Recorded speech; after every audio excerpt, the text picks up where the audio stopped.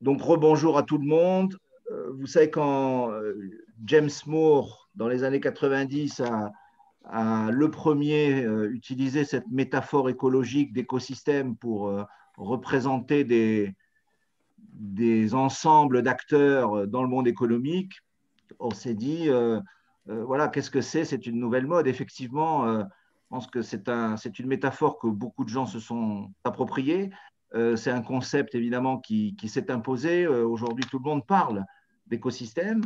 On a besoin, je crois, des autres pour réussir. C'est peut-être c'est peut-être cette idée-là qui est derrière.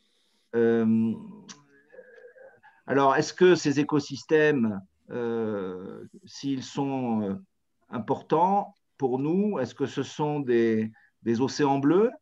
Est-ce que ce sont des forêts noires où on fait de mauvaises rencontres? Ou est-ce que ce sont des déserts? Bon, il y a peut-être pas mal de questions, évidemment, qui se posent autour de ça. Donc, on a voulu y répondre avec Convergence et essayer de partager, de mobiliser sur ce sujet eh bien, à la fois un panel d'intervenants de haut niveau et légitimes sur le sujet, et puis évidemment des participants qui sont aussi intéressés par le sujet et qui, j'imagine et j'espère, n'hésiteront pas à contribuer.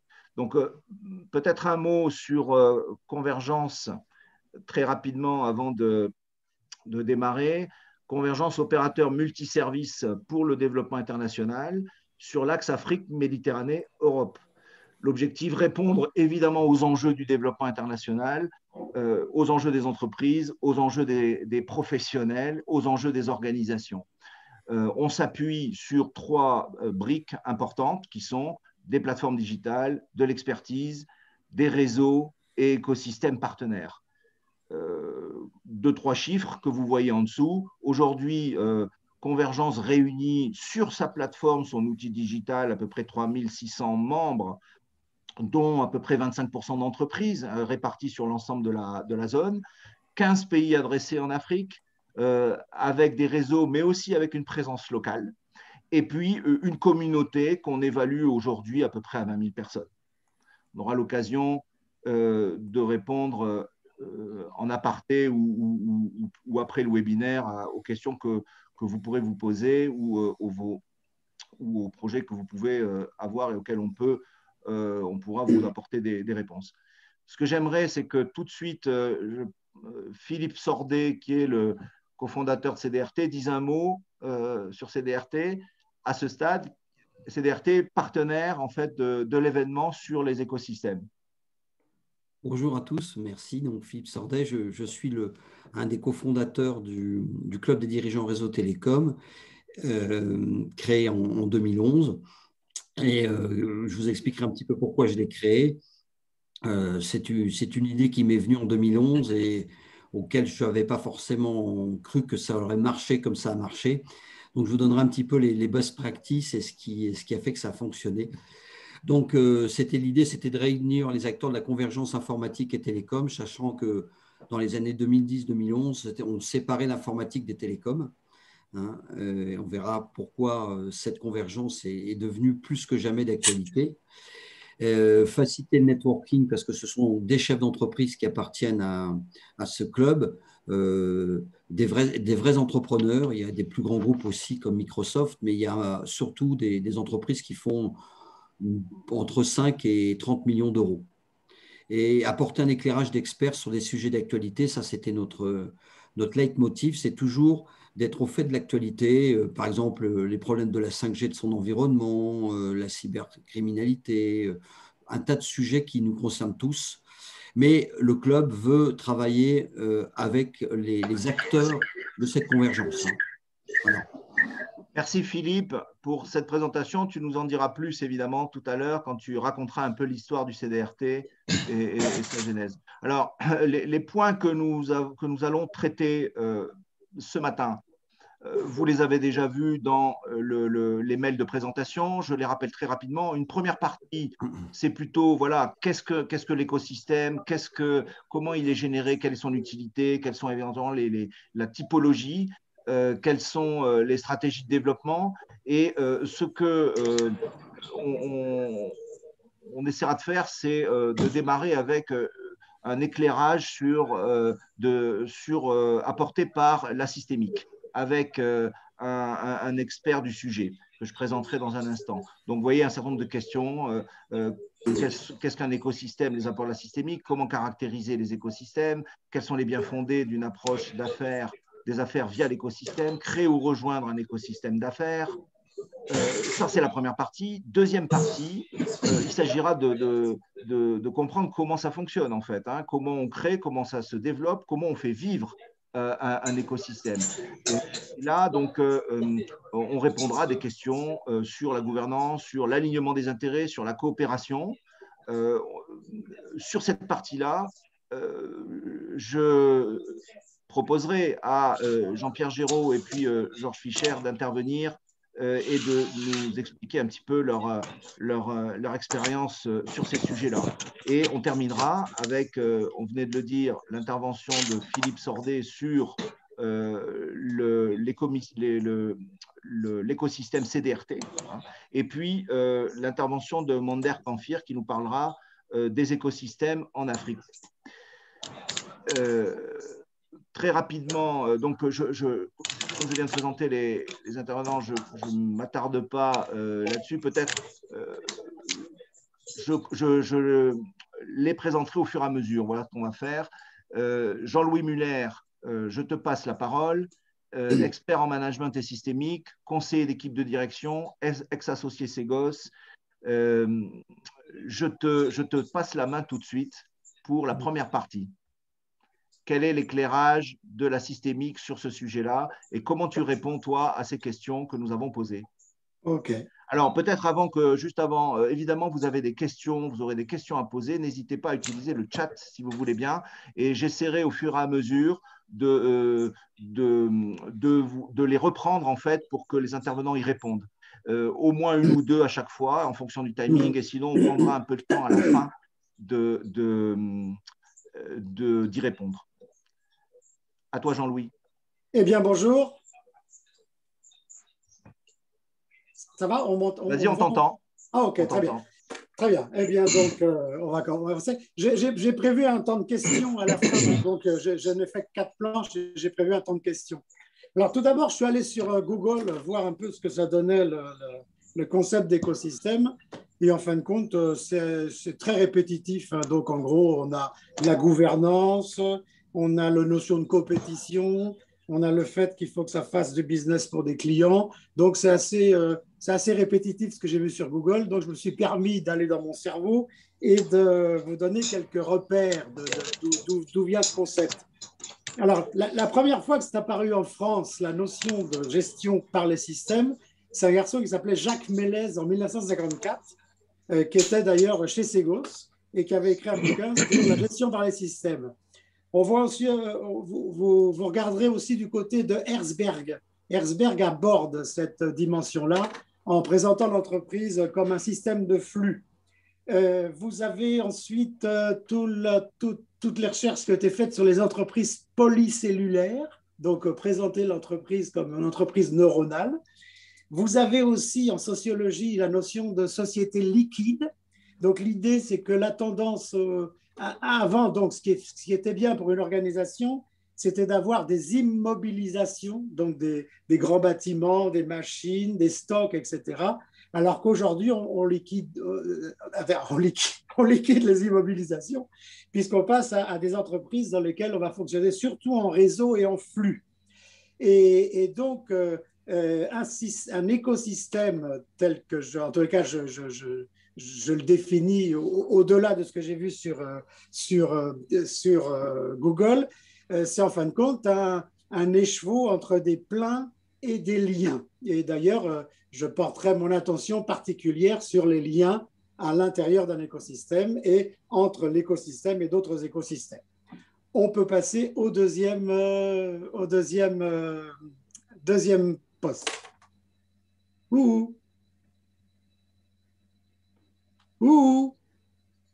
Deuxième. Oui, c'est ce que j'essaie de faire. Et en fait, ça n'avance pas.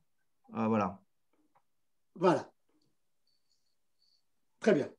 Donc, j'ai fait l'hypothèse que les participants à cette réunion étaient des personnes ou des organisations qui voulaient faire écosystème avec des écosystèmes. En gros, c'est comment rentrer en contact avec un écosystème pour pouvoir collaborer et faire écosystème avec lui. Alors, dans un écosystème, vous avez des pleins. Alors, les pleins, c'est assez repérable et assez quantifiable. Vous avez l'organisation, le type de gouvernance. La plupart des écosystèmes d'affaires ont des systèmes de gouvernance. Les acteurs, vous avez aussi les structures, les organisations, les chiffres d'affaires, etc. Donc ça, ce sont des choses qu'on peut voir aisément. Et en revanche, ce qui caractérise les écosystèmes par rapport à d'autres organisations plus classiques, c'est la notion de lien. Donc des liens qui peuvent être internes, donc il y a des liens internes, des liens avec l'extérieur, et en particulier, il y a quelque chose de fondamental, c'est qu'on va réunir à l'intérieur d'un écosystème d'affaires des gens qui peuvent être en concurrence par ailleurs, d'où cette notion de coopétition.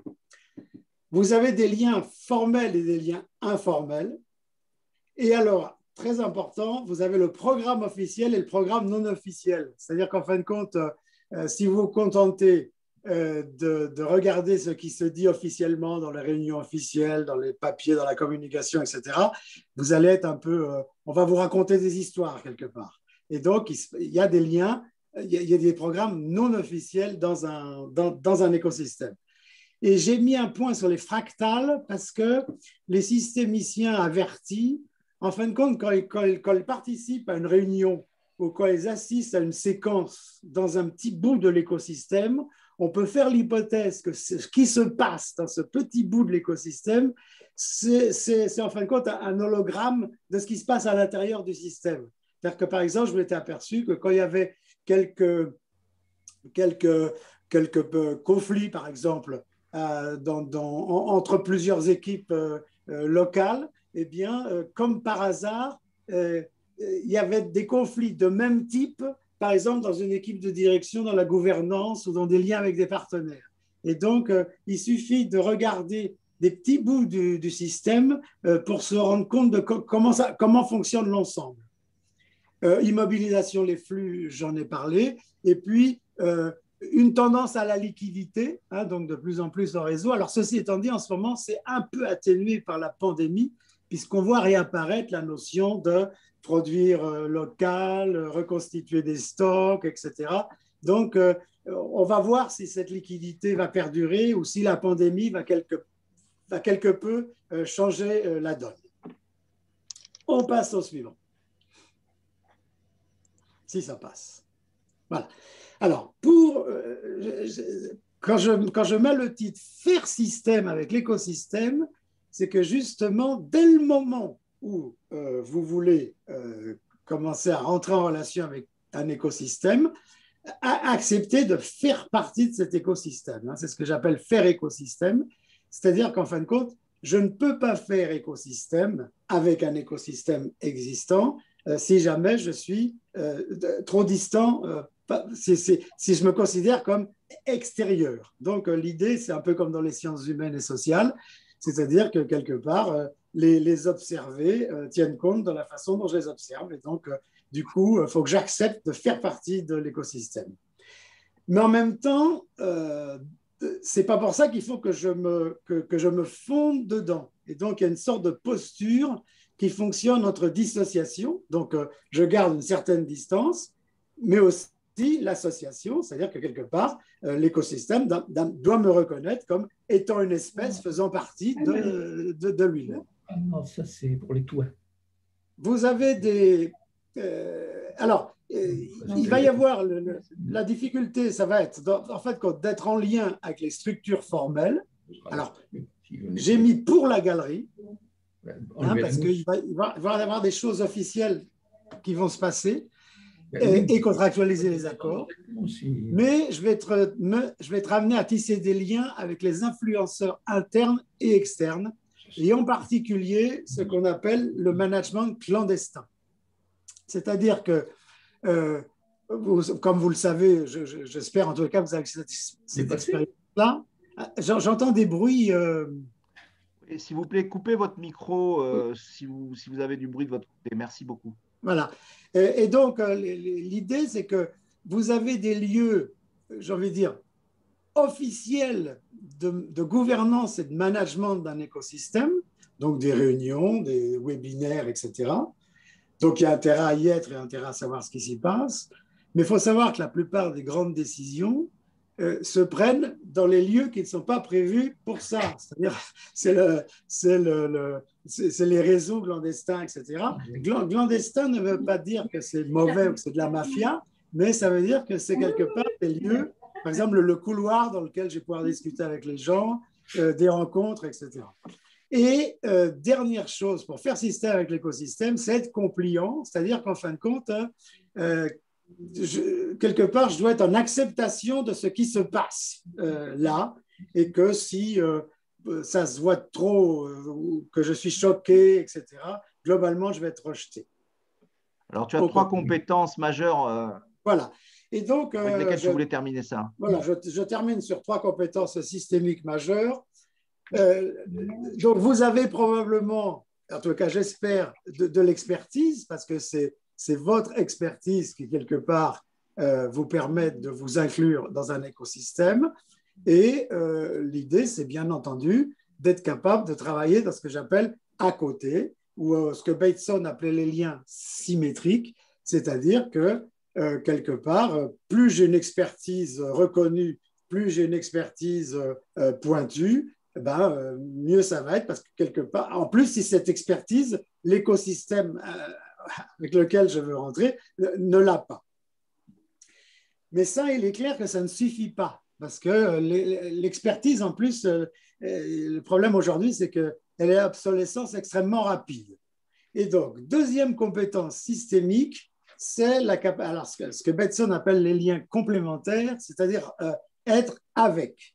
Et donc, la capacité de travailler, alors en mode, alors excusez-moi les termes, c'est un peu compliqué, en mode asynchrone, donc ce qu'on fait maintenant, multiculturel, à distance, et d'être capable de comprendre la logique des autres. Et donc, on voit bien que le fait que je sois trop enfermé dans une expertise, ça va me jouer un problème. Donc, j'ai intérêt à avoir de l'expertise, mais en même temps avoir de la capacité complémentaire, c'est-à-dire à comprendre le modèle du monde des autres et de ce qu'il y a à l'intérieur de cet écosystème.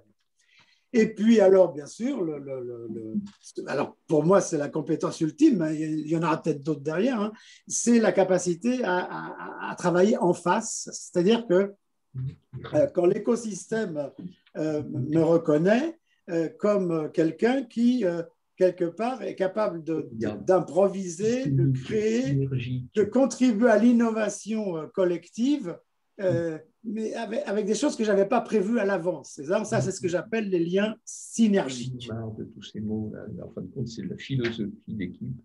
Et voilà où on en est. Alors maintenant, j'ai prévu, si vous avez envie, des témoignages, des questions. Moi j'ai j'aurais une question à te poser là. Finalement, comment tu réponds toi à la question est-ce que je rentre dans un écosystème établi qui existe ou est-ce que je crée moi-même mon écosystème? Qu'est-ce que dit la systémique là-dessus? Alors, si le système est déjà établi, donc il y a un écosystème établi, une des grandes lois de la systémique, c'est que quand une nouvelle espèce s'introduit dans un système donné, ça change la nature du système. Donc, quelque part, il faut que j'accepte ça et que j'assure cette dimension-là. C'est-à-dire qu'en fin de compte, le fait que je veuille rentrer en contact avec un écosystème d'affaires, quel qu'il soit, ça peut être petit, ça peut être grand, etc. C'est-à-dire que quelque part, l'idée, c'est que je fais écosystème avec lui et que mes interventions, par définition, changeront la nature de l'écosystème. Bon, alors, si moi, je veux créer un écosystème, c'est ça la deuxième partie de la question? Oui, c'est ça. Ou alors, est-ce que moi, je crée mon écosystème? Alors, si je crée un écosystème, en fin de compte, j'ai besoin d'avoir un système de gouvernance. Donc, en gros, c'est gouvernance de l'écosystème. Quelle est ma stratégie? Et en particulier, c'est très centré sur le business, l'écosystème d'affaires. C'est-à-dire, en gros, c'est quelles sont les valeurs ajoutées vendables par des clients solvables. Écoute, je trouve que c'est une très bonne transition avec la deuxième partie. Je propose de laisser la main à Jean-Pierre Géraud, président du comité Richelieu et vice-président aussi de Pacte PME, pour répondre à cette question de faut-il créer ou pas un écosystème, et puis aussi de répondre aux différentes questions sur la gouvernance, le mode de fonctionnement, faire vivre les écosystèmes.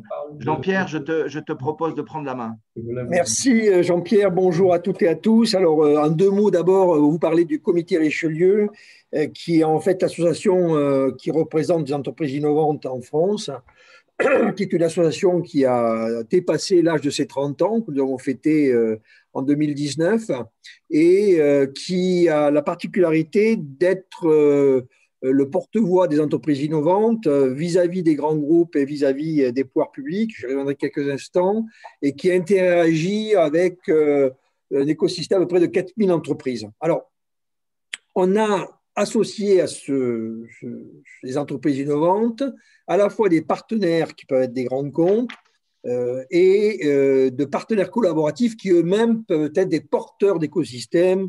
Je pense à des pôles de compétitivité, à d'autres associations ou à des chambres de commerce, par exemple, ou à des entités de développement économique régionaux. Bien. On a dans notre ADN deux leviers essentiels. On a quelque part un job de think tank. On est le porte-voix et une forme de phare en matière de réflexion sur les problématiques d'innovation et puis de mise en relation business, en particulier entre les entreprises innovantes et puis des grands groupes. Bien. Et donc, on a une activité d'organisateur, on organise des événements, des séminaires, des challenges, des conférences, on publie des guides, on a une activité de communiqué de presse quand on juge que c'est nécessaire. On fait partie quand même des associations où notre communiqué de presse, ou nos communiqués de presse, pardon, sont régulièrement repris par l'AFP. Bon, ce qui veut dire que quand on dit quelque chose, généralement, il est bien répercuté. Alors, ce qui est peut-être important, cela est suivant, s'il te plaît, Jean-Pierre. Non, voilà. Alors, voilà, pour répondre à ces questions qu'on a listées tout à l'heure. Voilà, alors, maintenant, une fois qu'on a dit ça, en fait, en complément de ce qu'a dit Jean-Louis, en fait, il faut comprendre que quelle que soit la structure liquide ou neuronale d'un écosystème, pour reprendre les termes de Jean-Louis, en fait, un écosystème, c'est une entité économique, c'est-à-dire qu'il répond aux mêmes exigences qu'une entreprise ou qu'une association, où il va se structurer en association pour répondre à ces exigences, mais il a des exigences, c'est le suivant, qui est en fait de répondre à 3 ou 4 questions, qui est d'abord, quelle est sa proposition de valeur pour ses membres, parce que quelque part, il va falloir qu'il attire des adhérents, des membres, et donc il faut qu'il ait une proposition de valeur. Il faut qu'il ait un modèle économique pour pouvoir perdurer, pour pouvoir se développer. Et ce n'est pas parce qu'on est, par exemple, une association qu'on ne doit pas avoir de modèle économique. Ça, c'est une erreur souvent qui est commise par beaucoup d'associations, notamment qui ne vivent que par des subventions, c'est qu'elles n'ont pas de modèle économique propre. Nous, par exemple, dans le comité Richelieu, puisque je prends l'exemple, on a un modèle économique où on a 0 subvention et on a une activité qui repose sur les adhérents, sur les partenaires et sur les événements qu'on organise qui sont monétisés. Et ça permet d'avoir d'abord une liberté d'action, de pensée et une pérennité. Aujourd'hui, par exemple, le comité, on a traversé le Covid, on a maintenu le même nombre de permanents, on a organisé ce qu'on a pu organiser comme tout le monde, mais voilà, on a pu traverser un peu cette période-là plutôt correctement, et notamment on a fait un exercice 2020 qui va être équilibré. Donc il faut un modèle économique, c'est gage de la pérennité. Par définition, comme toute organisation, il faut qu'elle ait une gouvernance, parce qu'une organisation ne peut exister et être efficace que s'il y a une gouvernance, il faut que la gouvernance soit adaptée, elle soit bien sûr active, etc. Et enfin, dernier point, il faut qu'elle partage des valeurs. Parce qu'au-delà des intérêts, il faut qu'elle partage des valeurs. Quand Jean-Louis parle, par exemple, de compétition, on peut être un compétiteur à condition d'avoir les mêmes règles de jeu, par exemple, ou de partager des valeurs de transparence, etc., etc. Voilà. Donc ça, c'est les principes de l'écosystème. Et je dirais, si on ne met pas en œuvre, je dirais, ces principes, en tout cas assez rapidement, eh bien, par définition, ils ont du mal à exister et à avoir une forme de pérennité. Et je voudrais terminer mon intervention par une illustration de l'animation d'un réseau d'affaires. Alors, je pris cet exemple parce qu'il est, à mon sens, assez emblématique d'une bonne démarche. C'est-à-dire, c'est un challenge qui s'adresse aux startups, donc avec le réseau des French Tech, d'ailleurs national. On est sur 4 sites régionaux. Paris, Lille, Nice, Bordeaux. Il s'adresse, alors il est piloté par un sponsor, donc financé par un sponsor qui est Huawei, il y a une offre de valeur qui consiste d'une part à identifier une dizaine de lauréats par an. C'est un challenge qui existe depuis 2014. Si vous faites Digital Impulse, vous pourrez aller voir. Les grandes thématiques de ce challenge, c'est de porter sur des sujets qui ne concernent pas directement Huawei, qui sont des thématiques, c'est-à-dire la Smart City, l'Internet des objets, le Big Data, et qui permet de dégager une dizaine de lauréats qui vont recevoir, suivant qu'ils sont premiers ou seconds, 20 ou 30 000 euros de subvention, et un voyage d'affaires, vraiment, en Chine, organisé là directement en relation avec Business France, avec notamment la CCI de Hong Kong pour la partie hongkongaise et puis après Shenzhen, avec 3 objectifs qui est à la fois de pouvoir rencontrer des clients potentiels, c'est important, quand on est une start-up, des partenaires, parce que ça peut être des partenaires industriels ou commerciaux, et dans certains cas, pour avoir participé à plusieurs de ces voyages, c'est presque aussi important que d'avoir des clients, parce que souvent, c'est des moyens de produire ou des moyens de distribuer. Et dans certains cas, ça peut être l'occasion de rencontrer des financeurs, c'est-à-dire des partenaires financiers qui vont s'adosser à la société. Je l'ai également vu, notamment pour développer une activité, en particulier en Chine.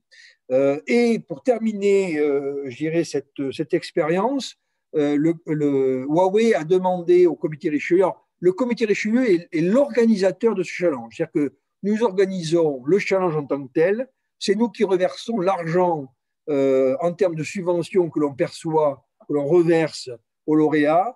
C'est nous qui organisons le voyage en Chine. C'est nous qui sommes vraiment les organisateurs de tout l'événement en général.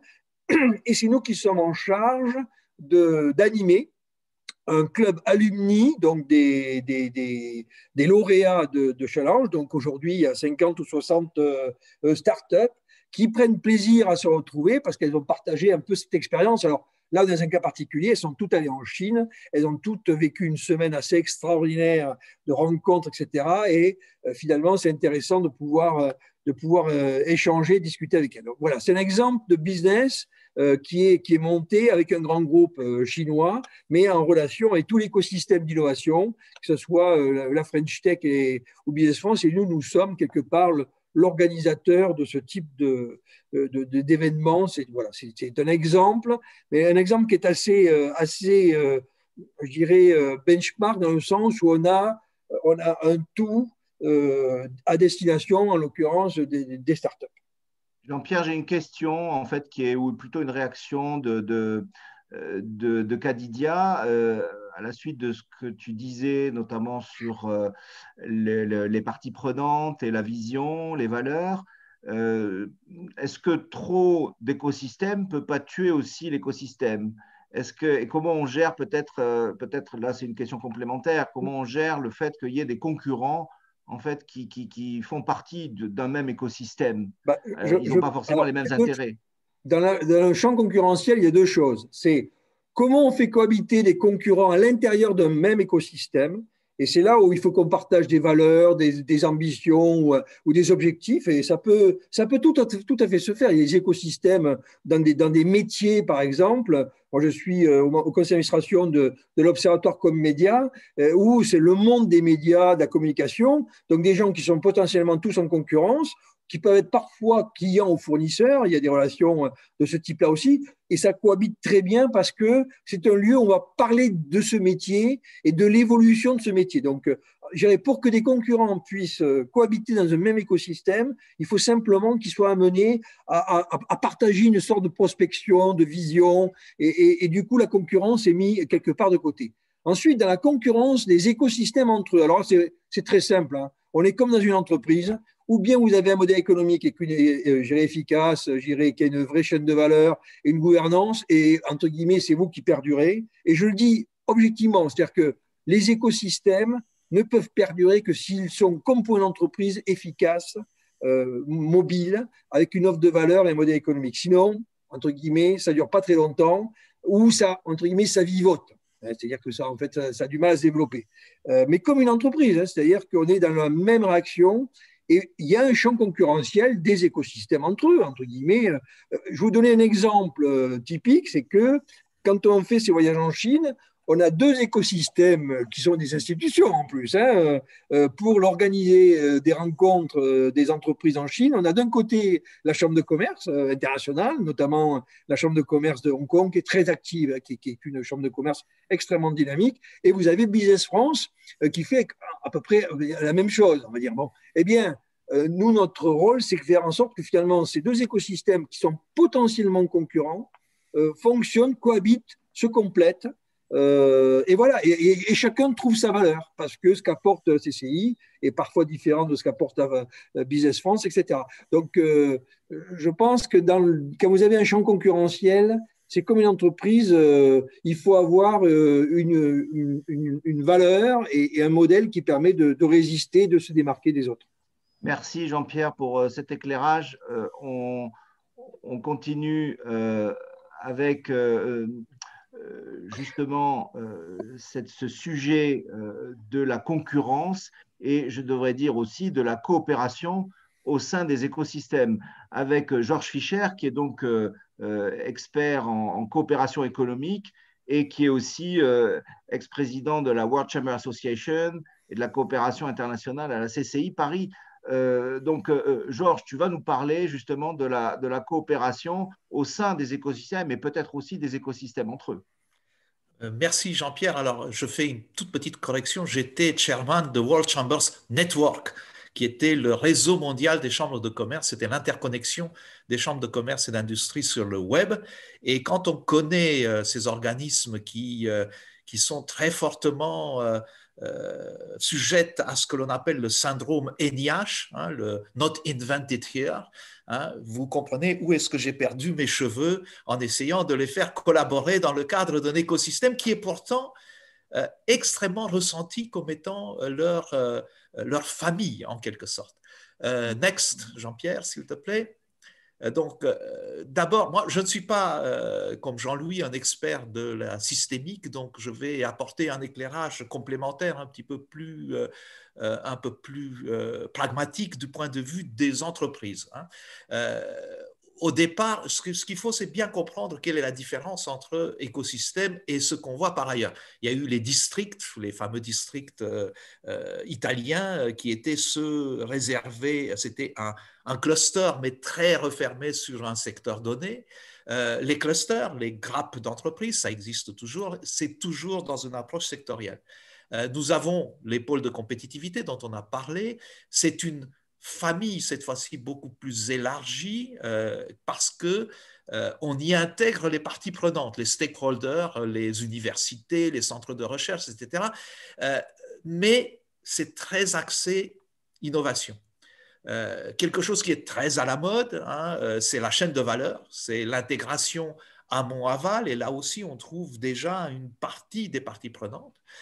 Mais la différence, la vraie différence, quand, dans le monde des entreprises ou des organisations, quand on les regarde de près, quand on parle d'écosystème, du moins c'est ma compréhension, c'est que non seulement vous avez cette intégration amont, aval, partie prenante, mais vous avez aussi cette idée de travail en réseau. Et je reviendrai là-dessus parce que finalement, ce tissu en réseau, c'est quelque chose qui s'est énormément développé, évidemment, sous l'impulsion de ces nouveaux outils de la technologie de l'information et de la communication à partir des années 95 à peu près, et surtout à partir des années 2000. Jean-Pierre, le suivant. Alors, quand on regarde la motivation de cette...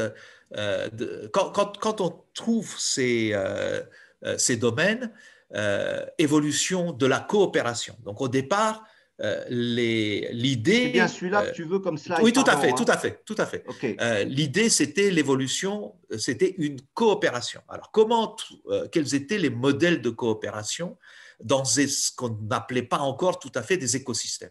L'objectif, avant tout, quand il y avait de la coopération entre entreprises, c'était la réduction des coûts. Cette réduction des coûts, on l'a vu apparaître effectivement dans des écosystèmes d'entreprises, même entre ce que j'ai appelé sur mon transparent les compétiteurs féroces. Vous avez ainsi Air France et British Airways qui se haïssent bien, cordialement, et pourtant, ils se sont mis ensemble pour avoir une plateforme commune d'achat parce qu'ils se sont rendus bien compte que finalement acheter ensemble en plus grande quantité, ça leur permettait évidemment de limiter les coûts. Vous avez la même chose entre Renault et Peugeot pour mettre au point un certain nombre de moteurs. Et on a parlé tout à l'heure, Jean-Pierre a parlé des relations entre Chambre de commerce et Business France. Là aussi, alors là, un petit peu forcé, la main un peu forcée par les pouvoirs publics qui se sont rendus compte quand même qu'il fallait mieux que tous ces gens-là coopèrent dans le cadre de ce qu'on appelle Team France. Mais on est arrivé, et au-delà simplement d'aspects ponctuels comme celle que citait Jean-Pierre, à les faire coopérer. Dans les PME, l'idée difficile à mettre en place, on y est arrivé petit à petit quand même, c'est de partager du personnel, notamment des cadres à temps partagé, ou de partager des structures, notamment pour aller ensemble sur un certain nombre de marchés. Et ce partage de réseau et de savoir-faire, on le retrouve dans les idées de chasser en meute, notamment pour aller à l'international, ou les projets qui n'ont jamais vraiment très très bien marché, mais qui ont quand même eu un certain impact de piggyback, c'est-à-dire des entreprises, des grandes entreprises qui faisaient profiter les petites de leurs activités à l'export. Le plus souvent, c'était plutôt quand même dans le cadre de l'inclusion de ces PME en tant que sous-traitants dans des opérations de grande envergure où ces grandes entreprises répondaient à des appels d'offres. C'est là où on trouve aussi la notion d'entreprise élargie, c'est-à-dire des consortiums d'entreprises ou des consortia, comme vous voulez, des consortiums d'entreprises qui travaillent ensemble, mais ça, c'est en quelque sorte un écosystème à temps limité. Comme les contrats à durée déterminée, ce sont des écosystèmes à durée déterminée. Et enfin, est sortie de plus en plus cette idée, alors j'ai mis entre guillemets parce que c'est très à la mode, mais comme ça vous permettra de briller dans les dîners mondains, la coopétition, c'est-à-dire le mariage entre coopération et compétition, c'est-à-dire en fait un partenariat concurrentiel ou une concurrence partenariale, et ça illustre bien ce que quelqu'un avait soulevé comme question, finalement, comment on fait pour, entre des gens qui ont des intérêts concurrentiels différents. Le suivant, Jean-Pierre, et ça c'est bien illustré en fait par ce message sur la coopétition. La coopétition, ce n'est pas uniquement dans un objectif économique de réduction ou de partage de coûts, de rapidité. Bien sûr, c'est le plus souvent la première des motivations, et on le comprend puisqu'on a parlé tout à l'heure de modèle économique, il faut avoir un modèle économique. Mais on se rend compte que la coopétition et donc cette idée d'écosystème, c'est aussi quelquefois simplement le fait de partager une éthique, c'est de partager des aspects amicaux, voire d'être bienveillant à l'égard des gens qu'on est en train d'insérer dans cet écosystème. Alors, je voudrais revenir à cela, on en a parlé, quelles sont les précautions à prendre en matière de coopétition et donc d'écosystème? La première des choses, c'est la pertinence. Encore une fois, il faut être très clair sur ce qu'est l'objectif. Afficher un objectif d'éthique ou d'amitié ou de bienveillance alors qu'on ne cherche qu'à réduire les coûts, c'est finalement se tromper soi-même, tromper les autres et c'est quasiment courir à l'échec. D'accord ? Deuxièmement, bien entendu, c'est quand même la protection intellectuelle. Hein. Ne pas oublier quand même que chacun apporte probablement quelque chose, mais cet apport doit être, dans un certain nombre de cas, protégé. On le voit actuellement avec ce qui s'est passé en matière de Covid. Et ça me ramène aux deux points les plus importants. C'est d'abord, il faut bien cadrer les rôles et les apports de chacun. Et surtout être bien conscient que chacun doit apporter quelque chose. L'écosystème, c'est un sens de win-win. Il ne faut peut-être pas apporter quelque chose immédiatement, mais il faut partir du principe qu'à un moment donné, chacun, comme dans l'auberge espagnole, doit apporter quelque chose au bénéfice de tous. Hein, et que partir du principe que 1 plus 1, ce n'est pas égal à 2. À ce sujet, un jour, un Américain m'a dit, en matière d'information, il m'a dit, vous savez quelle est la différence entre $1 et une information? C'est que si vous échangez $1, chacun d'entre vous a toujours $1. Si vous échangez une information, chacun d'entre vous a 2 informations. Vous voyez, c'est ça la logique. Et puis, le dernier point, et ça rejoint ce que disait Jean-Louis tout à l'heure sur les managers cachés. Dans un écosystème, il n'y a pas un chef, comme dans un réseau. Il y a un leader ou il y a des leaders. Et c'est souvent entre ces leaders que les choses se passent. Hein. Et donc, il y a une espèce de management coopératif caché dont il faut s'assurer qu'il revient ensuite à bénéficier à l'ensemble de l'écosystème. Et là, je conclurai en rappelant ce que je disais tout à l'heure, le syndrome not invented here, si c'est l'ennemi principal des écosystèmes. On ne peut créer un écosystème que si on part du principe qu'on va partager des choses entre les gens. Voilà. Merci beaucoup, Georges. Écoute, il y a une question. Eva, je vous propose de la poser en live, votre question, plutôt que ce soit moi qui vous la… Comme elle avait plusieurs lignes, posez-la directement à Georges, si vous êtes d'accord. Oui, vous m'entendez, hein? Oui, oui, tout à fait. Alors, je ne sais pas si c'était une question, c'était en vous écoutant, je me disais qu'il y avait à chaque fois une balance, une évolution entre des critères de survie, enfin, si on se met ensemble pour réduire des coûts, pour améliorer, enfin pour ne pas être en détresse en quelque sorte, et que ça va évoluer vers quelque chose qui serait plus de l'ordre de l'émulation, qui peut mettre en difficulté certains des participants, mais qu'au final, je résumais par la phrase, au final, je suis heureux de participer. C'est-à-dire, on va peut-être plus lâcher une part personnelle ou de groupe dans cet écosystème. C'est la réflexion que ça me… C'est une excellente réflexion. Et en fait, bon, il y a deux choses. Premièrement, vous n'êtes pas obligé de participer à un écosystème. Oui. Et petit b, toujours dans le premièrement, vous êtes toujours libre de partir d'un écosystème. C'est la différence entre un consortium, l'entreprise élargie et l'écosystème. Vous pouvez toujours vous en aller. Deuxièmement, vous voyez que je suis un petit peu âgé. De mon jeune temps, quand j'étais au lycée, je jouais au flipper. Alors, vous ne savez plus ce que c'est le flipper. Je vous parle d'un temps que les moins de 20 ans ne peuvent pas connaître. Et bien, sur les flippers, il y avait toujours marqué « It's more fun to compete ». Yes, c'est ça. Nous sommes dans une vie de compétition, bien sûr, et vous avez raison, vous avez parlé d'émulation. Eh bien, cette émulation, je pense qu'elle est plus valorisante et elle est plus enrichissante quand c'est une émulation dans le cadre d'un partenariat concurrentiel ou d'une concurrence partenariale que quand on est tout seul en tant que concurrent des autres.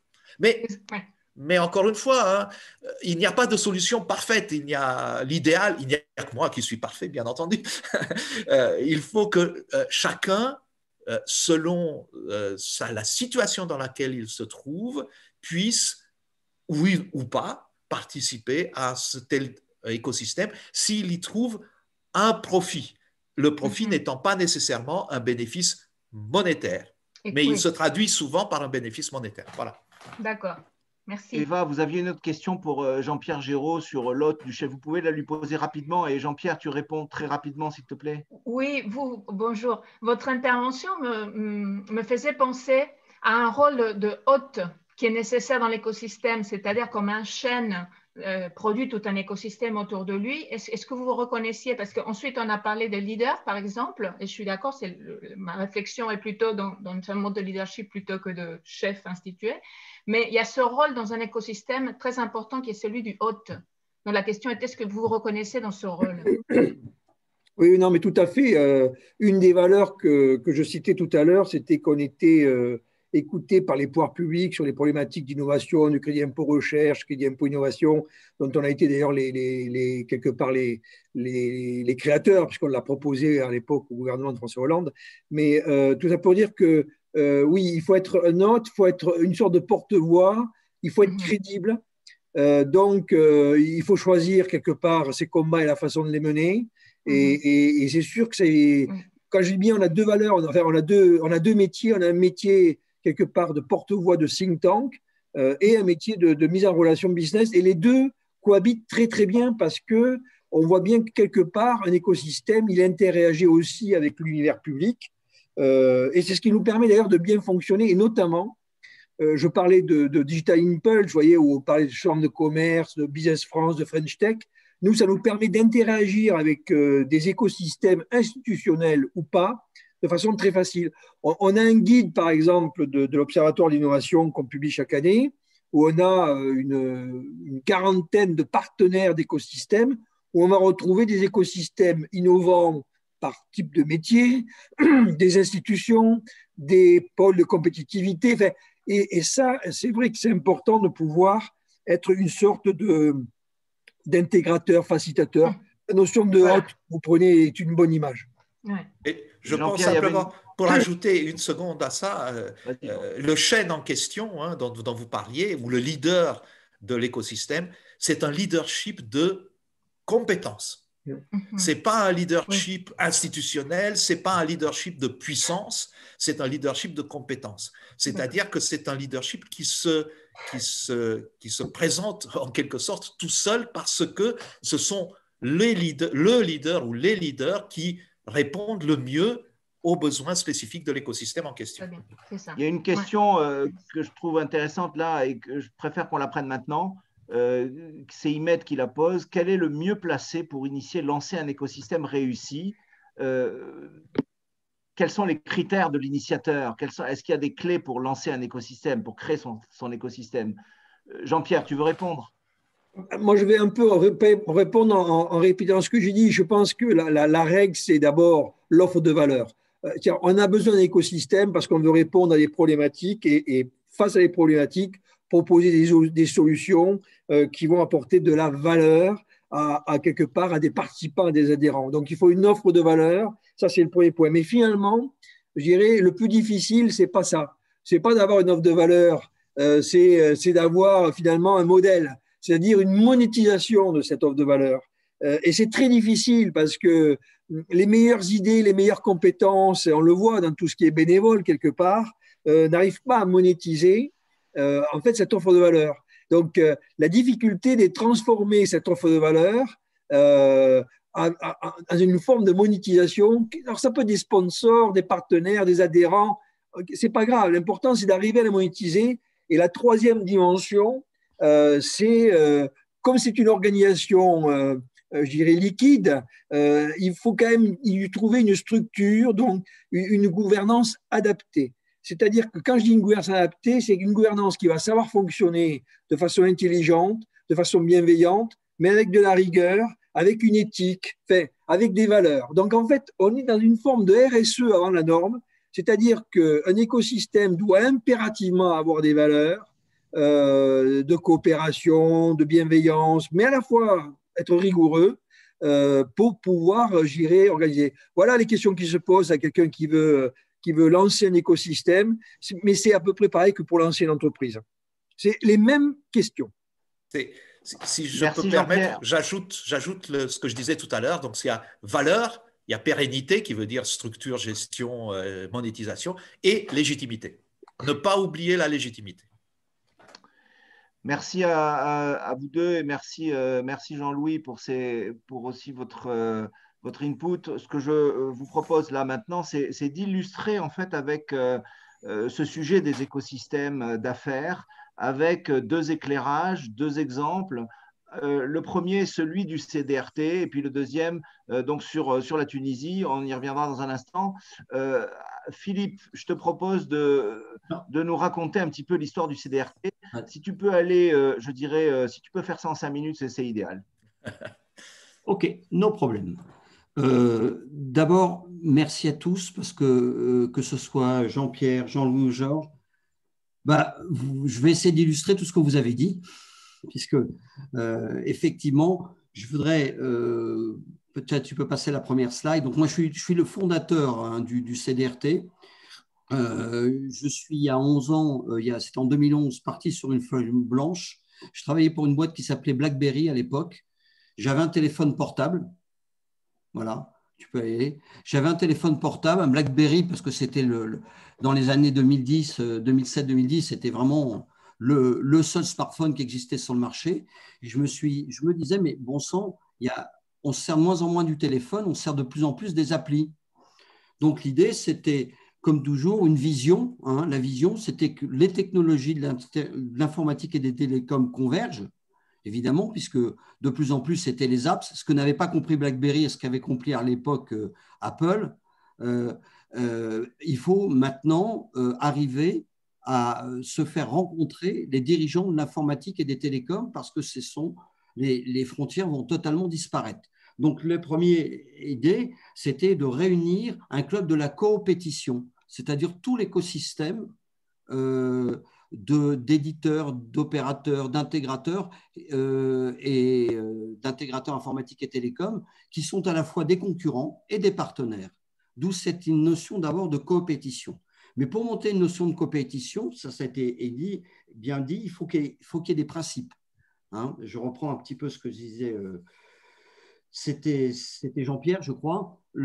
Un des principes, c'était effectivement de trouver une gouvernance. Voilà, moi je suis parti de cette vision, je me voyais sur une estrade à parler à 100 ou 200 personnes en expliquant ce qu'était le club, et quelques années c'est venu après.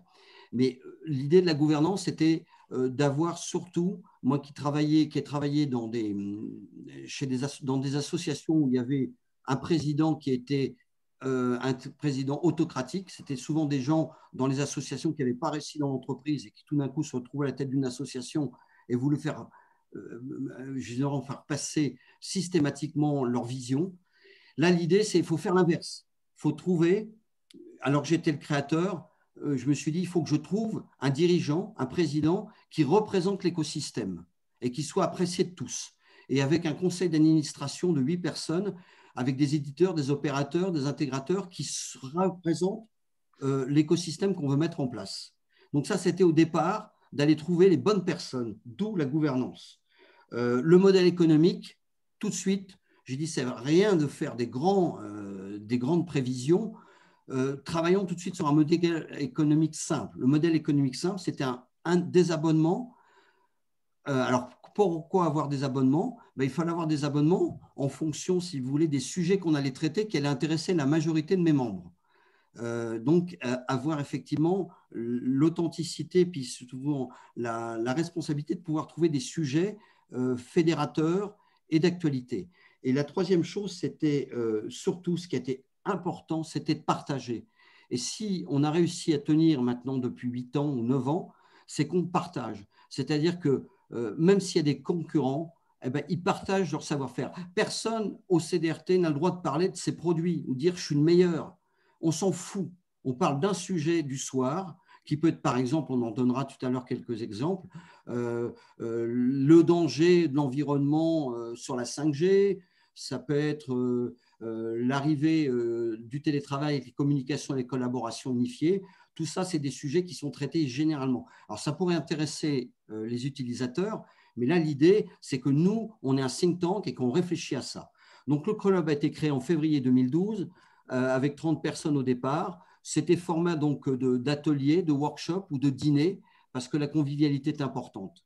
Alors, les objectifs, ils étaient très simples. C'était d'abord, rompre la solitude du chef d'entreprise et des dirigeants en rencontrant ses pairs. D'où la notion de la coopétition. C'était toujours la bienveillance des personnes qui rentraient. Donc nous, quand une entreprise rentre, ça peut être Microsoft, ça va être la personne de Microsoft qui va nous intéresser, qui sera bienveillant, et d'où cette éthique qui est très importante. Une personne, moi j'en ai refusé régulièrement, au départ, je les rencontre ou je les ai au téléphone, et ensuite c'est le conseil d'administration qui décide de les faire venir. On s'en fout de l'argent. Nous, ce qui nous importe, c'est de perdurer et d'avoir pas des donneurs de leçons, mais des gens qui vont apporter quelque chose.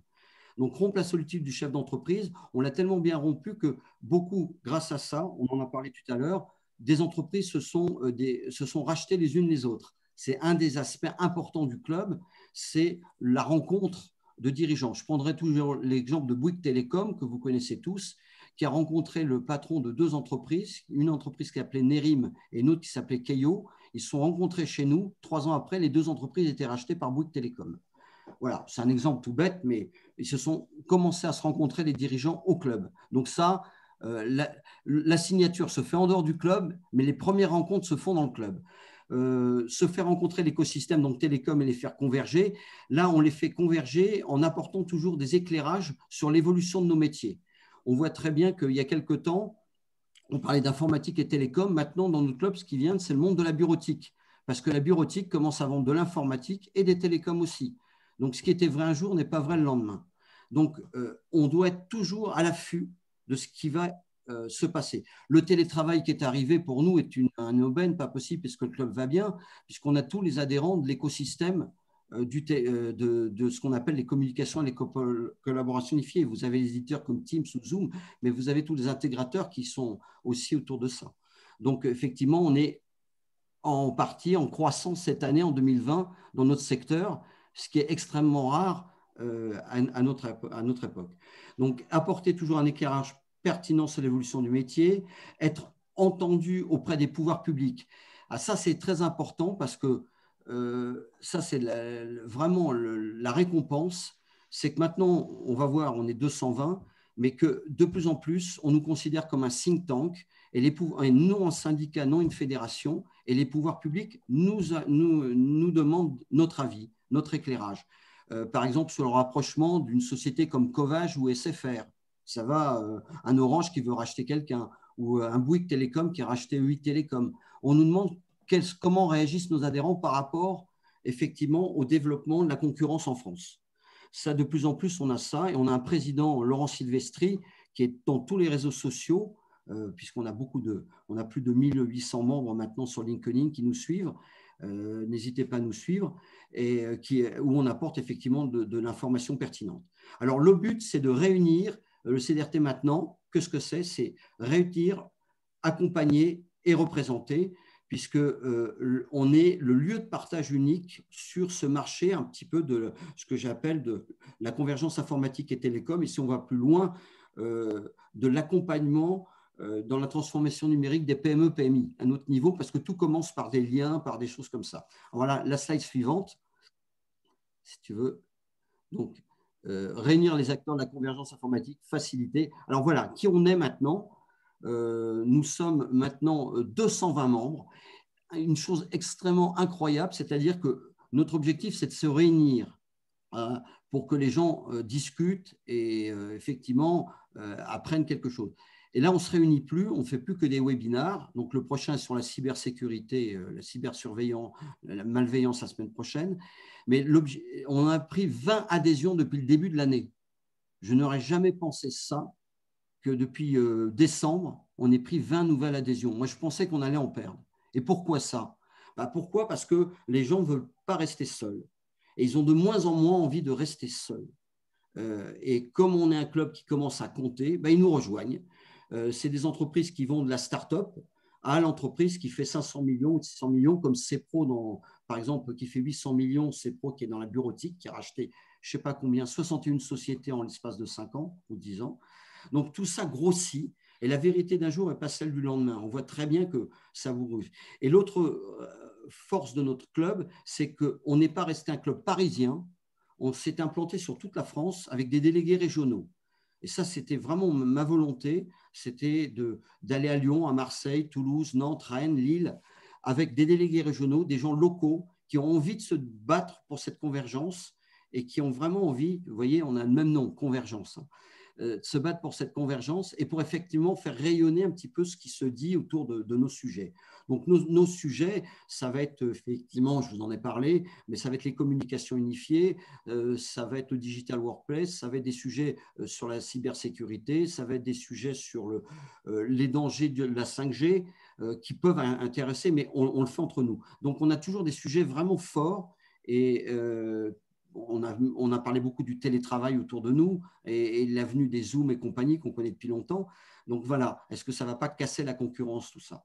Donc c'est le rapprochement des acteurs qui apportent ensemble des solutions de communication innovantes aux entreprises et dans la transformation numérique des PME. On va même être engagé dans un programme de la BPI, à de grandes chances, sur la transformation des TPE dans le numérique, puisque même la BPI ou des organismes comme ça s'intéressent à ce que l'on fait, à nos travaux.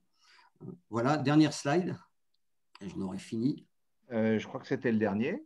Ah non, c'était. Ah non, oui, excuse-moi. Ouais, on avait inversé. Non, en tout cas, merci beaucoup. CDRT, écosystème agile et innovant. Peut-être, est-ce qu'il y a quelqu'un qui veut poser une question tout de suite à Philippe avant qu'on passe à la partie Tunisie? Écoute, est-ce que tu dirais que tu as été justement comme écosystème agile et innovant là pour gérer la crise du Covid? On a été agile et innovant dans le sens où effectivement on a réussi à faire des webinars où, pour vous donner un ordre d'idée, on est 200 membres, on a 90 personnes abonnées uniquement non membres à nos webinars et il y en a 65 qui participent. C'est la moyenne. Donc ça, c'est déjà être agile. La deuxième chose, c'est qu'on a toujours communiqué et les gens ont tellement envie de se réunir qu'ils attendent qu'une chose, c'est qu'on réouvre parce qu'on fait quand même 20 événements par an sur toute la France. Et on a toujours aussi des sponsors qu'on n'a plus maintenant. Mais le fait qu'on ait des nouvelles adhésions permet que le modèle économique perdure. Voilà, ça c'est une bonne nouvelle. Et, merci Philippe. Merci Philippe pour ton intervention. Je voudrais passer la main à Monder qui va illustrer les écosystèmes d'affaires en Tunisie avec notamment 3 exemples. Allons-y Monder, évidemment, inutile de te dire qu'on est à la bourre. Donc vas-y. Bonjour à toutes et à tous. Et l'avantage d'être à la fin, c'est qu'on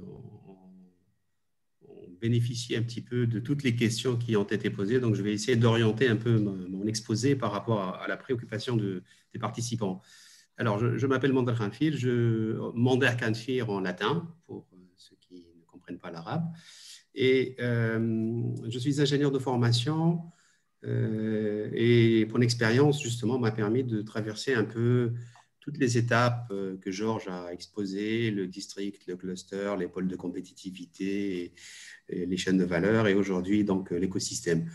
Alors, pour vous donner peut-être une vue, d'abord, ma légitimité sur le sujet, c'est que je suis bâtisseur d'écosystèmes. Et même si, au départ, je ne l'appelais pas comme ça, mais en tout cas, j'ai construit au moins 3 écosystèmes en Tunisie, mais aussi en Europe. Et je vais vous parler plus spécifiquement de la Tunisie. Il y a une dizaine d'années, lorsqu'on a voulu, avec quelques amis et des professionnels, en tout cas de l'univers technologique, monter une affaire, on s'est dit ça va être plus facile de monter l'écosystème, l'affaire et l'écosystème de l'affaire, sinon ça ne va pas marcher. Donc c'est un peu dans la culture des startups. En fait, on lance un business, mais il faut que l'écosystème ou l'environnement qui héberge ce business puisse être favorable, puisqu'il ne s'agit pas seulement d'innover, surtout lorsque on est dans le domaine de la technologie, il faut que ce soit adopté par le marché, par les autorités locales, par la réglementation, etc.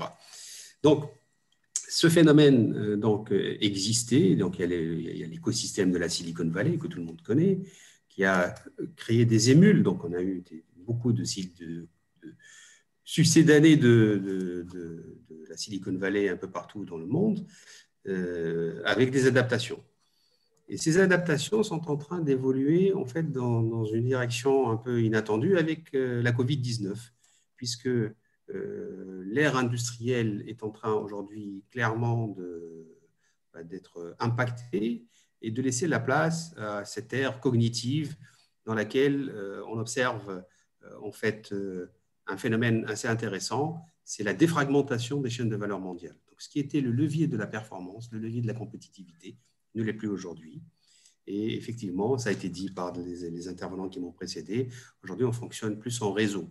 Donc on n'a plus cette vision linéaire, cette linéarité dans la chaîne d'approvisionnement. Donc il ne s'agit pas seulement de maîtriser l'ensemble des maillons pour maîtriser l'ensemble. Aujourd'hui, on doit fonctionner avec des boucles courtes de décision et aussi des modèles intégrés dans les territoires et se libérer un peu de cette obsession de zéro stock, zéro délai, tout ce que vous voulez de l'ère industrielle. Aujourd'hui, on est plus dans une logique de ce qu'on appelle de spécialisation donc des régions. Donc, on revient aussi un petit peu à la notion de clusterisation, mais c'est une clusterisation orientée innovation. Et on se dit, très bien, il n'y a pas de raison pour être performant de faire venir le produit le moins cher de la planète chez soi pour pouvoir exporter ces produits à l'étranger. Donc, on peut aussi trouver des moyens donc, de développer de la valeur en se contentant de faire des échanges sur ce qui peut être échangé sans avoir un impact trop lourd sur l'environnement. Alors, l'autre slide, s'il te plaît, Jean-Pierre. Voilà. Je vais vous donner 3 autres exemples en cours en Tunisie qui vont vous aider à voir un petit peu cette logique d'écosystème et puis les différentes facettes des écosystèmes. D'abord, l'écosystème n'est pas une entité juridique, ça peut être dans un cas, donc, comme je vous parlais tout à l'heure, des startups. Et en Tunisie, c'est comme ça qu'on a créé l'écosystème des startups en montant un incubateur. Avec l'incubateur, une association de business angels et un fonds d'amorçage. Donc, avec ces 3-là, on avait l'ADN de l'écosystème qui s'est développé par la suite. Et on a effectivement, au niveau de l'incubateur, développé des programmes. Et ces programmes ont généré un deal flow, donc une génération de start-up. Et les business angels ont pris le relais pour l'accompagnement, le mentorship et le financement en phase donc amorçage ou après amorçage, et le fonds est venu donc compléter un peu le scénario donc d'accès au marché. Donc vous voyez, donc la stratégie n'est plus une stratégie uniquement intrinsèque, c'est une stratégie systémique, on appelle ça. Hein. Et cette stratégie systémique, on l'observe un peu à travers les exemples que je donne, sur lesquels je travaille dessus, avec le gouvernement tunisien d'ailleurs. Donc, il y a un projet de création d'une place de marché agroalimentaire. Donc, alors, cette idée de marketplace continentale fait écho un peu à la SLECAF, donc la zone de libre-échange continentale africaine. Et bien sûr, l'idée est d'interconnecter des places de marché locales à une sorte de place de marché continentale. Et on peut imaginer qu'il y a une place dans chaque bloc, l'Afrique du Nord, l'Afrique de l'Ouest, l'Afrique de l'Est et l'Afrique du Sud, donc pour ces places de marché-là, pour les interconnecter d'abord aux pays africains, parce que c'est un peu le but, et ensuite pour donc, les autres donc, pays non africains. Il y a aussi l'idée de création d'un pôle biotechnologique continental, qui se travaille d'ailleurs avec l'Institut Pasteur et puis Biomérieux. Donc, il y a des Européens aussi qui s'intéressent à ce sujet-là. Et là, c'est encore une fois la logique d'écosystème dans le sens où on a de l'infrastructure et de la métastructure. Hein. Donc, il y a beaucoup d'intervenants sur un projet comme ça et dans lequel il y a effectivement des fois, et ça a été dit, hein, des concurrents qui se mettent ensemble pour créer justement quelque chose à impact, à haut impact sociétal. Et c'est le cas donc par rapport à ce projet-là. Et le troisième exemple, c'est l'exemple de zones économiques, les zones économiques spéciales. Il y a eu déjà une 50aine en Afrique. La Chine, pour votre information, a un peu avancé avec cette logique-là. Hein. Donc, en Afrique, elle finance des zones économiques spéciales pour pouvoir justement faire venir l'écosystème chinois, donc ses propres entreprises, hein, pour s'installer, travailler, œuvrer à l'intérieur d'un territoire et dans lequel, en fait, elles sont un peu protégées parce qu'elles ramènent avec elles leur logique de fonctionnement, leur gouvernance et leurs standards aussi, quelque part. Hein. Donc, c'est une manière de pouvoir donc, opérer à distance et on est dans l'extraterritorialité et c'est quelque chose qui a l'air de se développer, sachant qu'à un moment ou à un autre, et c'est le cas aujourd'hui au niveau de deux grandes associations qui gèrent, qui en tout cas essaient de superviser un peu ces zones économiques spéciales, il y a de bonnes pratiques qui se développent, il y a aussi donc l'interconnectivité qui est nécessaire pour la prospérité de ces zones, et ceci n'est possible que s'il y a un minimum d'harmonisation dans les process, dans les pratiques et surtout dans la gestion de la data, donc la donnée, la future monnaie d'échange, mais aussi la future valeur mondiale qui qui fera la différence entre les différents États et les différentes économies. Voilà. Mander, il y a une question de Kadidia. Kadidia, vous voulez la poser directement à Mander? Je pense qu'elle est intéressante. Posez-la de vive voix, c'est plus vivant. Alors, je vois la question. Hein, donc je vois la question. Ah, tu la vois, mais bon, écoute, réponds-la parce qu'elle n'a pas entendu, alors peut-être. Si, je suis là, vous m'entendez? Allez-y, Kadidia. Bonjour tout le monde. Alors oui, effectivement, ma question est que proposez-vous pour les pays africains qui décident de promouvoir le Made in Africa pour la semi-industrialisation et l'industrialisation? Parce que vu que vous avez parlé de la ZLECAf, et depuis l'arrivée de la crise Covid-19, les pays africains ont décidé vraiment de promouvoir le Made in Africa et puis accompagner les PME, PMI sur place dans l'industrialisation. Donc là, concrètement, qu'est-ce que vous proposez pour ce genre de projet? Merci pour la question. Je vais être frontal sur cette question. Tu peux être rapide aussi, frontal et rapide. OK. Pourquoi? Je vais vous dire pourquoi. Oui. Pour faire du Made in Africa, il faut faire beaucoup de transferts de technologie et du coup, pour complètement maîtriser justement une industrie, ça peut mettre un peu de temps. Et le problème, c'est si on reste dans une logique de rattrapage du retard, on sera toujours en retard. Okay. Moi, je ne dis pas qu'il ne faut pas le faire. Il faut faire dans certains secteurs, il faut le faire. Il n'y a pas de raison que le cacao ne soit pas transformé en barrette de chocolat en Afrique. Mais par contre, il y a quelque chose de beaucoup plus intelligent, c'est de se projeter sur le futur et d'aller chercher justement les futures commodités, les futurs équipements, les futurs outils dont l'humanité a besoin, comme les médicaments, et de faire peut-être du Made with Africa. Et là, le Made with Africa a une connotation beaucoup plus ouverte. On est en mode d'écosystème. Donc, on ne cherche pas forcément à tout faire chez soi. Et sinon, on va être pollué comme l'Europe l'a été à un moment donné. Et on va avoir aussi à gérer d'autres problèmes. Donc, je fais la promotion du Made with que plutôt le Made in, sachant que l'un n'empêche pas l'autre. Effectivement. Merci beaucoup, Mander. Je voudrais, en fait, pour conclure, on a 5 minutes de retard, mais on va conclure comme ça.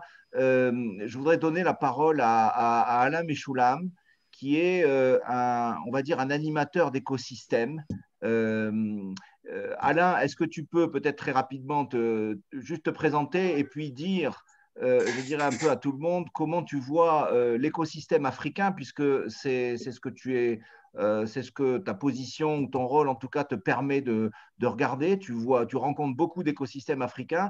Quel est ton avis, je dirais, sur ces écosystèmes africains? Et à ton avis, quels sont les besoins d'accompagnement qu'ils peuvent avoir aujourd'hui, d'après toi, dans ce que tu vois? Alors bonjour tout le monde. Je remercie bien entendu Jean-Pierre Mariacha et Convergence et tous les participants. Je me nomme Alain Mechoulam, je suis directeur de cabinet de OMEX, l'Organisation mondiale des experts, qui a 5 accords de siège en Afrique subsaharienne et dont le QG est à Abidjan. Nous sommes donc une grande organisation internationale avec un statut diplomatique.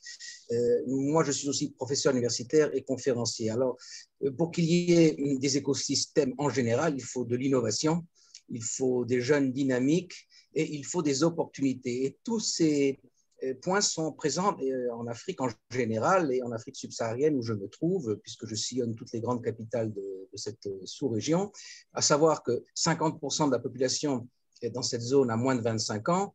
La plupart maintenant, enfin, il y a beaucoup plus de jeunes diplômés, même avec de très bons résultats. Certains ont même la chance d'aller à l'étranger, revenir avec des masters et autres. Et les opportunités foisonnent dans cette partie de l'Afrique. D'ailleurs, le continent africain est sur la bouche de tous les dirigeants de cette planète, sachant que c'est ici où le futur se trouve.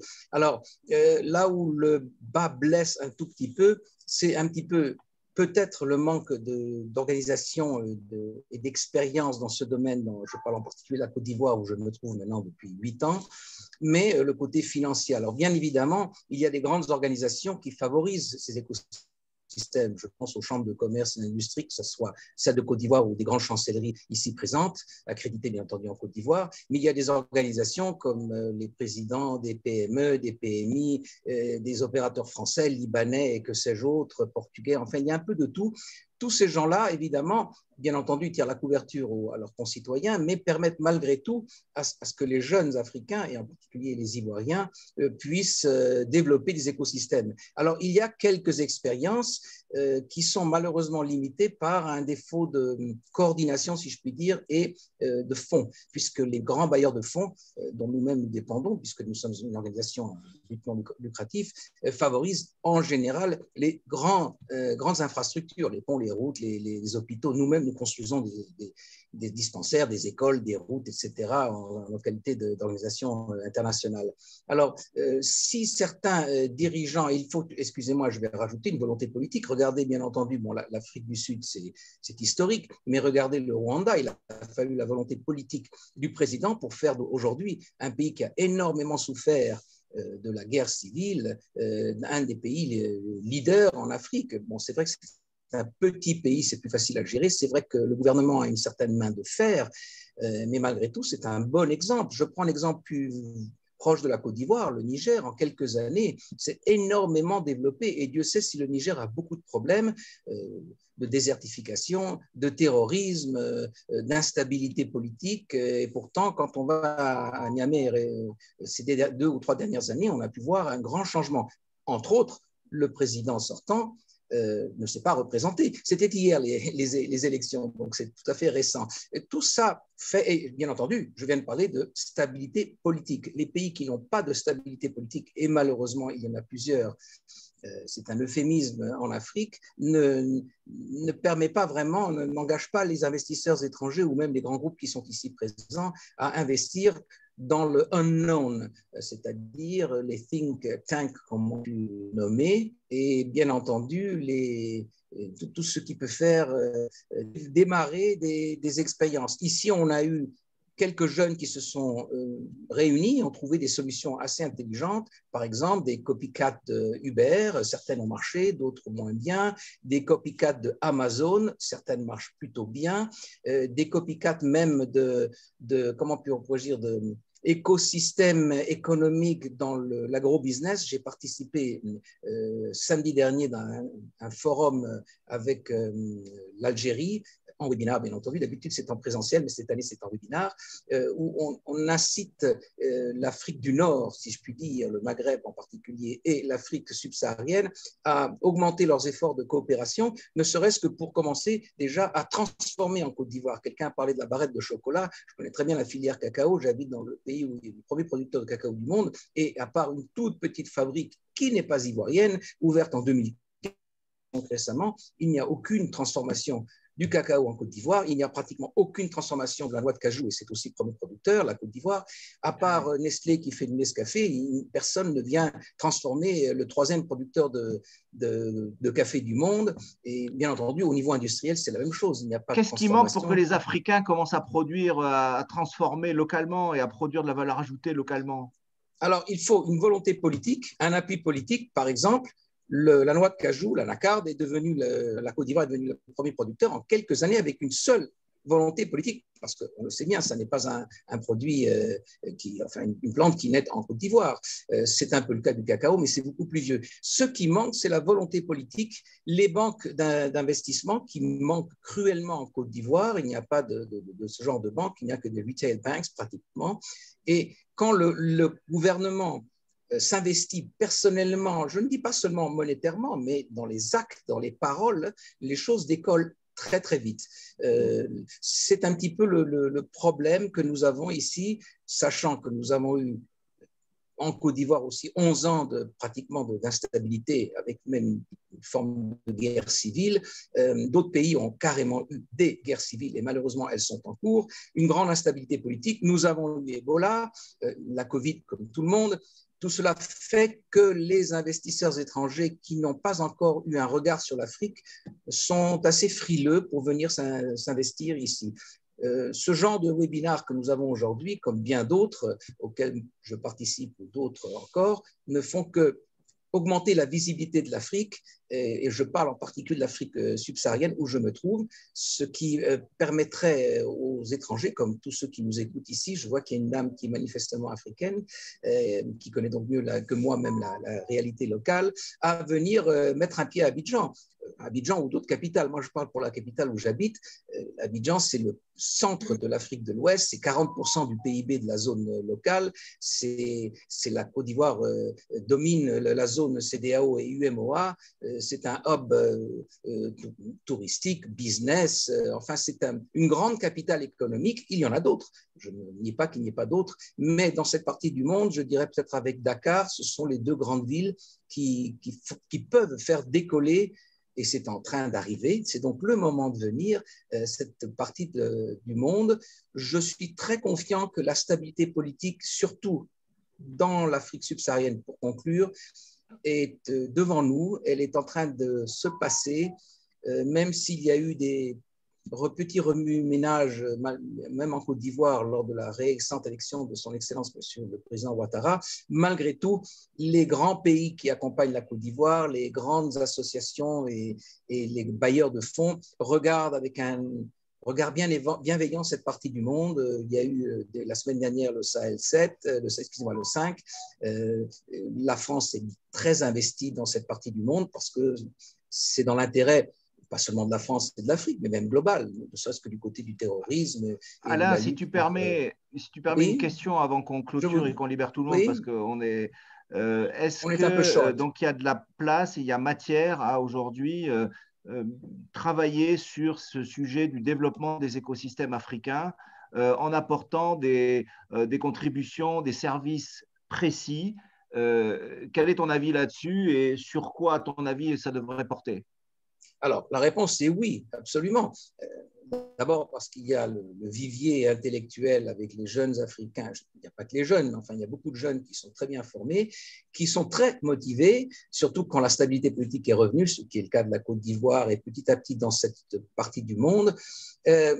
Comme j'ai dit en introduction, là où ça peut poser des problèmes, c'est l'accompagnement financier, sachant que les banques ici sont très frileuses quand il s'agit d'accompagner des projets innovateurs, mais quand on a le support d'un ministère, par exemple, ou d'une grande organisation. Et la plupart des grandes organisations internationales ont carrément le siège à Abidjan, la BAD, le Café Cacao et bien d'autres. Quand on a le petit coup de pouce institutionnel, si je puis dire, tout démarre très, très vite. Et je vois par les expériences que l'on voit même dans la vie courante ici à Abidjan, que ce genre de possibilités non seulement commence à démarrer, mais puisqu'il y a de la place et un vivier intellectuel, c'est certainement un des endroits les meilleurs sur cette planète aujourd'hui pour commencer à se développer. Merci, merci Alain. Je voudrais vous remercier. Bon, on n'a pas le temps peut-être de traiter toutes les questions. Bon, ce que je vous propose, c'est que de toute façon, on aura un retour des intervenants sur les principales questions auxquelles on n'a pas encore répondu. Vous retrouverez le replay de ce webinaire dans un mail qui vous sera adressé dans les jours prochains. Et je vous souhaite une excellente fin de journée. À très bientôt. Je pense que nous referons quelque chose sur les écosystèmes. Pourquoi pas faire quelque chose sur les écosystèmes africains? On en reparlera avec tous les intervenants d'aujourd'hui. Merci à vous tous. Merci aux participants. Et à très bientôt. J'espère que ce webinaire vous aura intéressé.